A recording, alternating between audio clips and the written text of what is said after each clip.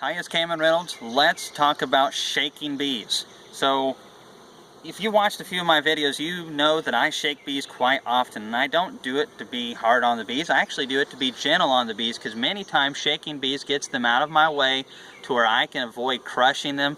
It also helps me strengthen some colonies. I can take a frame of nurse bees, and one of the easiest way to know if you're getting nurse bees or not is to shake them in another box, like one of those 5-frame nukes, something like that, and then smoke them down a little bit, and all the forager bees that already know how to fly are going to fly back to the original colony. Your nurse bees are going to stay down below. But a lot of times you can get a frame that has a lot of nurse bees, and it's easy to tell when you either, one, have a lot of pollen on that frame, or two, you have a lot of larvae on that frame, because it takes hundreds and hundreds of visits to feed just each larvae, and it's really labor intensive. So that's why it's so important to have a good healthy colony. And look at this nuke right here. I mean, this package versus nuke challenge things, our nukes are doing pretty darn good. Now our flow's done, so we've been feeding them a little bit.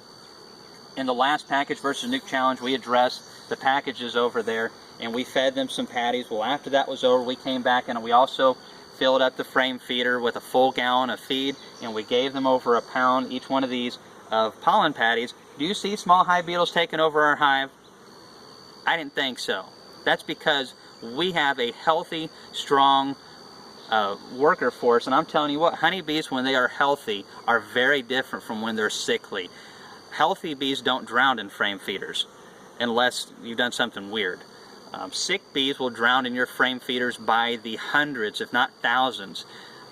Virus-ridden bees will abscond from your hive. Healthy bees will kick the butt of yellow jackets, small hive beetles, all those kind of things. Now there's limitations with all of those things. The main thing with the pollen patties is doing it right, not giving them too much, but this colony is packed. And right now we're only bringing in a trickle of pollen. It is not enough for a colony of this size to maintain its size. And you're like, well, why not just let nature do its own thing? Well, nature will kill your bees. Nature loves eliminating anything that doesn't have everything just perfectly done. And a lot of times, between weather and a lot of variables, you will lose bees, and we don't like that. We feel like we need to take care of our bees just like we would take care of our children, take care of our animals. We have a responsibility, and as beekeepers, we keep our bees. Profound, I know. Let's shake. Not stirred.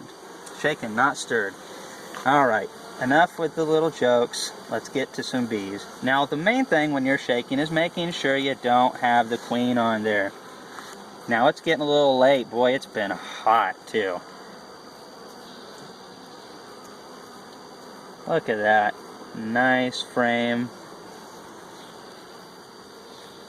Alright, so this colony could use a little bit more feed, and we'll be giving them some.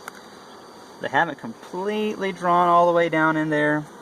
There's not any nectar in here, so we need to get more feed in here. A good colony that's going full steam ahead is going to have nectar above the brood. Now, they do have a little bit of bee bread down in here. Check this out. Actually, let's shake this frame off real quick and then I'll show it to you, because that's really what this video is for. So I'm just making sure the queen's not on here. Okay, so come on over here. Now, when you shake, you need to have a good grip, and it's just like a whip-like action. And you don't always get 100%. Now, all the forager bees, they're flying back. Fantastic. But what about all the nurse bees? They're going to go right up those sticks. And it can take some of them a little while, but they'll figure it out, and they'll go right up those sticks. They're a brilliantly designed insect. Alright, there's the bee bread down in there. Now, it takes about a pound of bee bread and a pound of honey. Of course, that's what I've been told. I don't know this for a fact. It's just kind of some commonly told stuff. So, to make a pound of bees. So if we're wanting to maintain this colony, because we're losing probably 1,000 odd bees a day, we've got to keep the feed going. Now, one thing that we're going to be doing through this summer is giving them patties and giving them sugar syrup, because we're not going to only keep this colony powerful, we're also going to be splitting this colony in half. Why not? We don't have any more significant honey flows coming up. The fall is good enough to help your bees go through the winter if it's a good fall flow. So we're just going to keep our bees strong and healthy, because those forager bees are critical to getting enough natural stores. It's funny, sometimes feeding the unnatural in your hard times of the year can help your bees get so strong they have extra foragers, and when that natural stuff comes in, they can produce 2 to 3 times the stuff. I know it's not what you've been told. Sugar syrup's supposed to kill bees. All of this thing, you can't stick a frame on the ground because it promotes hive beetles. Somebody told me that. I don't know where people get this information from. It's because we have a bunch of armchair beekeepers who just sit around and, I guess, concoct all these new ways to make it hard on new beekeepers. Small hive beetles are fantastic flyers, and they're a fascinatingly tough insect. I hate the guys, but if they weren't damaging my beehives, the small hive beetles would be a very interesting creature. So the world of bees is pretty crazy, but there's a lot of stuff that you have to take with a grain of salt. Now I've got my little goober over there who's probably wanting to eat again, so we're gonna cut this short. Look at this right here though. Hey, get out of here. Definitely keep your cats away from beehives. Bees don't like animals. Alright, so a lot of them are working their way up, and so that's what you can do to shake them. They'll all eventually go up there. Just make sure you don't shake the queen, you'll be fine. Alright, so the nuke's looking pretty good.